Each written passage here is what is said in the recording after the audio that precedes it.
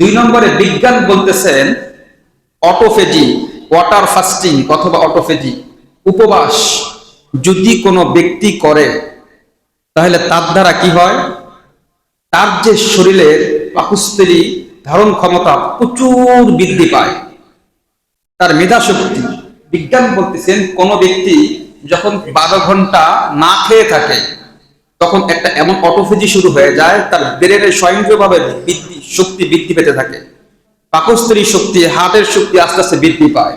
এটা 18 ঘন্টা হয় আরো বেশি হয়, 20 ঘন্টা আরো বেশি হয়, 24 ঘন্টা আরো বেশি হয়, 48 ঘন্টা আরো প্রচুর বেশি হয়। শরীর আপনার মনে হবে ক্লান্ত হয়ে যাচ্ছে, কিন্তু আপনার মেধা বাড়বে, শক্তি আপনার পাকস্থলী শক্তি, হাড়ের শক্তি স্বয়ংক্রিয়ভাবে এগুলো বাড়বে, রক্তের সঞ্চালন আরো তীব্র হবে, স্বাস্থ্য খারাপ হয় না রোজা রাখলে।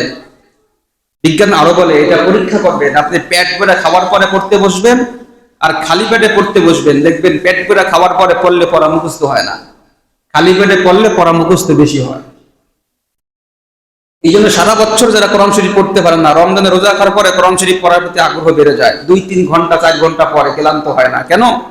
না খেয়ে থাকার কারণে তার ব্রেনের শক্তিকে বেড়ে যায়। তাহলে আমার সন্তানকে যদি আমি আজকে রোজা রাখাইতাম তাহলে তার মেধা আরো বৃদ্ধি পেত, কিন্তু আমি মায়া করে তাকে রোজা ভাঙাচ্ছি, হ্যাঁ রে ক্লাসের পড়া পারবে না, পরীক্ষা চলতেছে, এই জন্য তাকে রোজাটা ভাঙ্গাই, শরীরের ক্ষতি করলাম, ব্রেনের ক্ষতি করলাম, ইবাদত থেকে দূরে রাখলাম।